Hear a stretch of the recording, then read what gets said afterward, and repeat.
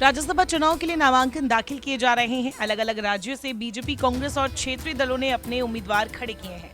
वे कहा जा रहा है महाराष्ट्र में 6 सीटों के लिए राज्यसभा चुनाव निर्विरोध हो सकते हैं, क्योंकि भारतीय जनता पार्टी ने चुनाव के लिए केवल 3 उम्मीदवारों से ही नॉमिनेशन भरवाया है। सत्तारूढ़ दल केंद्रीय मंत्री नारायण राणे को फिर से राज्यसभा नहीं भेज रही है।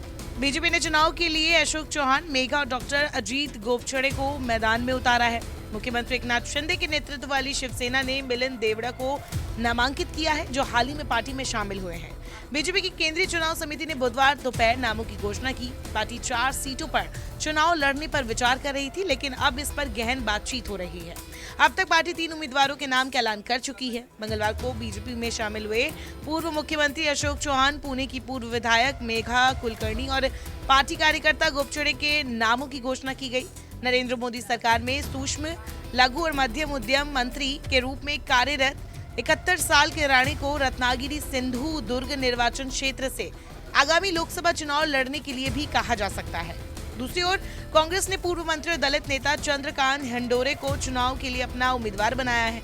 वो मुंबई के पूर्व मेयर और जाने माने दलित नेता है। विधान परिषद की 10 सीटों के लिए जून 2022 के द्विवार्षिक चुनाव में उन्हें अपनी ही पार्टी के सदस्यों द्वारा क्रॉस वोटिंग के कारण शर्मनाक हार का सामना करना पड़ा था। 2 दलों शिवसेना और एनसीपी की ताकत कम होने के कारण हंडोरे महाराष्ट्र विकास अघाड़ी नामक 3 दलों के नेतृत्व वाले विपक्ष से अकेले उम्मीदवार है।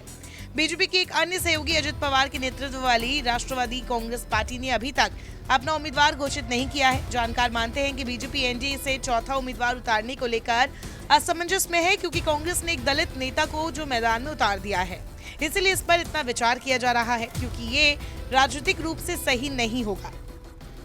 बता दें, विधानसभा में विधायकों के बीच राज्यसभा की 6 सीटों के लिए 27 फरवरी को चुनाव होना है। 284 विधायकों की मौजूदा ताकत के साथ राज्यसभा की प्रत्येक सीट को जीतने के लिए 41 वोटों के कोटा की आवश्यकता है। बीजेपी और उसका समर्थन करने वाले निर्दलीय 3 सीटें जीत सकते हैं, लेकिन नई राजनीतिक स्थिति पर भरोसा करते हुए चौथी सीट उतारने की योजना बना रहे हैं।